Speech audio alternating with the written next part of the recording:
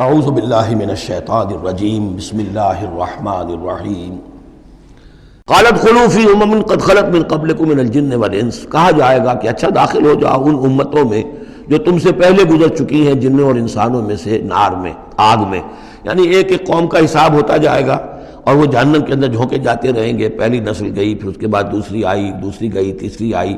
اب ان میں ایک مکالمہ ہوگا۔ ظاہر بات ہے جو پہلے گئے تھے وہ تھے بزرگ، بڑے تھے، لیڈر تھے، یا یہ کہ وہ پچھلی نسل تھی جنہوں نے بدعات شروع کی تھیں، خرافات کا آغاز کیا تھا۔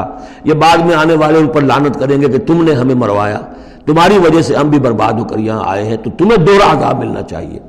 لیکن یہ کہ وہاں وہ کہیں گے کہ نہیں، ہم جیسے ہم گمراہ تھے ویسے انہوں نے تمہیں گمراہ کیا، تو یہ مکالمہ ہوگا۔ اور یہ نوٹ کر لیجئے، یہ جو میں نے عرض کیا تھا کہ اس سورہ مبارکہ میں ایام اللہ جو ہے یہ اس کا مین تھیم ہے۔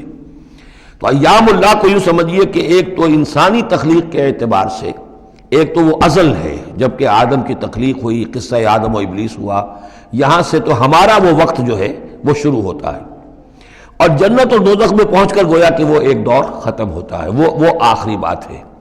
یہ ہے انتہا اور ابتدا۔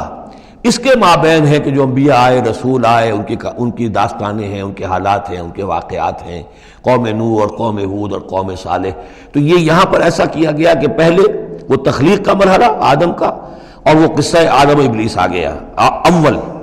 اب جو جہنم کا اور جنت کا تذکرہ آ رہا ہے اور ان کی آپس کی گفتگویں ہوں گی، اور کچھ لوگ ایسے بھی ہوں گے نہ جو جہنم میں ابھی گئے ہوں گے نہ جنت میں داخلہ ملا ہوگا، درمیان میں کہیں ہوں گے، صاحب آراف ہوں گے، اصحاب آراف، تو ان کا مکالمہ آ رہا ہے۔ یہ دونوں بگننگ اور اینڈ دکھا کر اور پھر سلسلہ شروع ہوگا انبیاء کرام اور رسولوں کے حالات کا۔ قالت خلوا فی امم قد خلت من قبلکم، داخل ہو جاؤ انہی قوموں میں، انہی نسلوں میں جو تم سے پہلے داخل ہو چکی ہیں، من الجن والانس فی النار، جنات بھی اور انسان بھی آگ میں۔ کلما دخلت امت لعنت اختہا، جب بھی کوئی امت داخل ہوگی تو وہ دوسری امت کو لعنت کرے گی۔ حتی اذا ادارکوا فیہا جمیعا، اور جب وہ سب کے سب اس میں گر چکیں گی، تمام کی تمام نسلیں اور امتیں، قالت اخراہم لاولاہم، تو بعد میں آنے والی کہے گی پہلی نسل سے، ربنا ہؤلاء اضلونا، اے اللہ ان بدبختوں نے ہمیں گمراہ کیا تھا۔ دنیا میں تو کہتے تھے کہ ہمارے آباء و اجداد ہیں، ہمارے اسلاف ہیں، ان کی ریتیں ہیں، ان کی روایتیں ہیں، ان کی چیزیں ہیں، کیسے چھیڑ دیں۔ لیکن یہاں پر کیا ہوگا؟ ربنا ہؤلاء اضلونا، ان لوگوں نے ہمیں برباد کیا، انہوں نے ہمیں گمراہ کیا۔ فآتہم عذابا ضعفا من النار، تو انہیں تو دگنا عذاب دے آگ میں سے۔ قال لکل ضعف، اللہ فرمائے گا نہیں، سب کے لیے دگنا ہے، جیسے یہ نے تم کو گمراہ کر کے آئے تھے، تم بھی اپنے بعد والوں کو گمراہ کر کے آئے ہو۔ تو یہ تو گویا کہ سلسلہ چل رہا ہے۔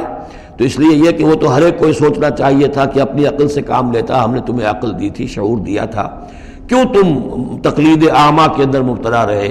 آباء و اجداد کی تقلید ہو رہی ہے، اپنے لیڈروں کی تقلید ہو رہی ہے، تو یہ تقلید اعمیٰ کے لیے تمہیں میں نے آنکھیں دی تھی، تمہیں کان دیے تھے، تمہیں میں نے عقل دی تھی، تمہیں نیکی اور بدی کا شعور دیا تھا۔ ہر شخص جو ہے وہ ذمہ دار ہے۔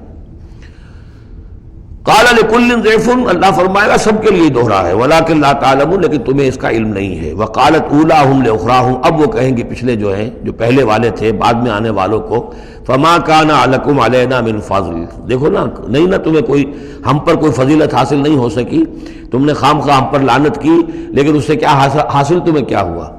ما کان لکم علینا من فضل فذوقوا العذاب بما کنتم تکسبون، اور اب چکھو مذاق عذاب کا اپنی کرتوتوں کے باعث۔ ان الذین کذبوا بآیاتنا واستکبروا عنہا، یقیناً وہ لوگ جنہوں نے ہماری آیات کو جھٹلایا اور استکبار پھر عنہا، اور بر بنائے تکبر ان کو رد کیا، اعراض کیا ان سے تکبر کی بنیاد پر، لا تفتح لهم ابواب السماء، ان کے لیے آسمان کے دروازے کبھی نہیں کھولے جائیں گے۔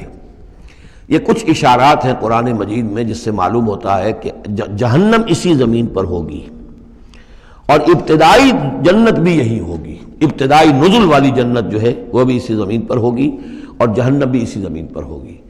اور کچھ ایسا سا تصور ہوتا ہے کہ جیسے زمین کو جب کھینچا جائے گا، وَإِذَا الْأَرْضُ مُدَّتْ، زمین کو جب کھینچا جائے گا تو جیسے ربڑ کی کرمچ کی کوئی گیند ہو، اس کو کھینچے تو آپ کو معلوم ہے کہ جو جہاں سے وہ زیادہ موٹی ہے وہ پچک جائے گی۔ جب وہ پچکے گی تو اس کے اندر جو لاوا ہے، اس وقت بھی زمین کے پیٹ میں بھرا ہوا ہے وہ لاوا، وہ ظاہر ہو جائے گا، اور وہ جہنم ہوگی۔ واللہ عالم، یہ کچھ اندازے ہوتے ہیں بعض اشارات سے، اس لیے کہ فیصلہ جو ہے میدان حشر یہی ہے۔ احادیث میں میدان عرفات جو ہے اسی کو کھول دیا جائے گا، وسیع کر دیا جائے گا، اور اسی یہیں پر حشر ہونا ہے۔ وَجَاءَ رَبُّكَ وَالْمَلَكُ صَفًّا صَفًّا، اور پروردگار بھی شان اجلال کے ساتھ نزول فرمائیں گے اور فرشتے آئیں گے فوج در فوج، اور یہیں پر حساب کتاب ہوگا۔ ابتدائی مہمان نوازی بھی جو ہے وہ یہی ہوگی، لیکن پھر یہ کہ اہل جنت اپنے مراتب کے اعتبار سے اور اوپر کی جنتوں میں چڑھتے چلے جائیں گے۔ لیکن ظاہر بات ہے یہ لوگ جو ہیں یہ یہی کہ یہ رہ جائیں گے، لا تفتح لهم ابواب السماء، ان کے لیے آسمان کے دروازے کھولے ہی نہیں جائیں گے، ولا يدخلون الجنت، اور وہ جنت میں داخل نہیں ہوں گے، حتی یلج الجمل فی سم الخیاط، یہاں تک کہ اونٹ گزر جائے، گھس جائے سوئی کے ناکے میں۔